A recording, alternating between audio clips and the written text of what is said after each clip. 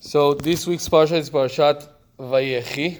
I'm going to say something on the Parsha, but before that I want to ask, every day in Tfilat Arvit and also in Shachis we say Shema Israel, and then Ve'ahavta, the first parasha of Kriyat Shema, but in the middle of that we say Baruch shem kavod malchuto le'olam va'ed. And if you look in the Chumash, in Sefer Dvarim, chapter 6, there is Shema Israel, and then Ve'ahavta, and there is no Baruch Shem Kavod Malchuto in the middle. So how come we're saying that verse in the middle?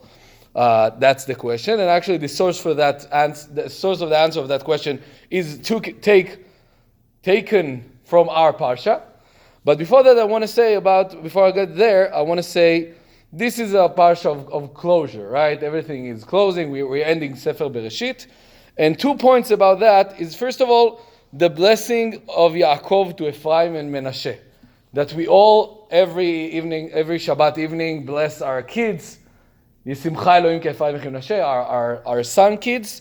And the question is, what is so special about those two that they be chosen to be those that will bless them every Shabbat, our kids, specifically them? There's several answers for that. One of them is because they're the only one that actually born in Egypt and still stayed Jew all of their lives, even though they're surrounded by a lot of other non-Jews and religiouses. And another answer that I saw, we have a lot of brothers' relationships in Sefer Bereshit. Starting with Cain and Hevel, we know how that ended, one murdered each other. But then also Yitzchak and Ishmael, after that Yaakov and Esav, and even Yosef and his brothers are all not so good examples of how brothers should relate to each other. So Yaakov finally sees in front of his eyes, you know all of that stories, he sees in front of his eyes, finally good example of how brothers should behave each other. Ephraim and Menashe, and we know even though he switched the order and blessed the youngest one with the bigger bracha, still, they didn't get mad on each other. They didn't get envy on each other. So this is one thing that he saw. Okay, finally one good relationship for brothers. This is how we should bless our kids. But then we had the other blessing to all of the other kids of Yaakov. We know that not all of them was actually blessing, because for Reuven, Shimon, and Levi, we know actually there are several bad things that Yaakov tell them. But the Gemara is saying a very, very interesting thing. I'll say it directly from the Gemara. As Rabbi Shimon ben Lakish said, that is written, and Jacob called his sons and said, "Gather around and I will tell you what will occur to you in the end of the days." So he wanted to reveal his sons when the redemption will arrive at the end of the days. But the divine presence abandoned him, rendering him unable to prophesy. So suddenly he wasn't able to be prophet about what happened in the end. So Yaakov, that realized about Ephraim and Menashe, this is the finally good relationship between brothers, understand another thing. He understand, okay, to Abraham had two kids, Yitzchak and Ishmael. Only one of them was riches. You know, Ishmael went to another way. And then also Yitzchak has two kids, Yaakov and Esav. And Esav took the bad way, and Yaakov took the good way.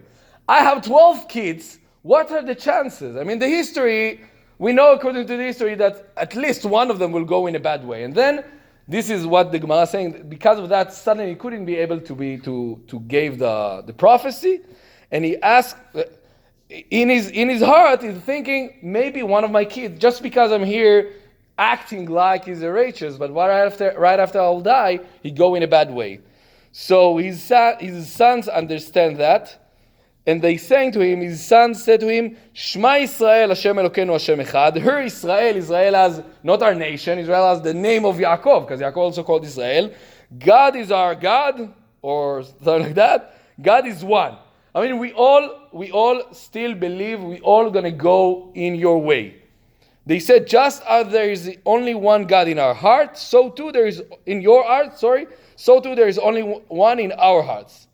At the moment, Jacob, our father, said in praise, Baruch shem kavod malchuto le'olam va'ed, as all his children was righteous.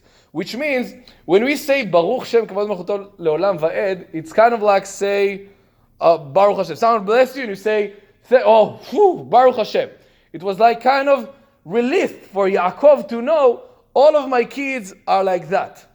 So the reason why we stopped to say, we could say Shema Yisrael Hashem Elokeinu and then directly go to Ve'ahavta. I think the main reason the Chazal decided to put there Baruch Shem is to acknowledge that, to know that all of us are there, are willing to be part of Yaakov's sons, willing to be part of God's nation and to say, yes, God is our God and God is one. So this is why we're saying that in the middle. Have a great evening. We're going to say Rabbi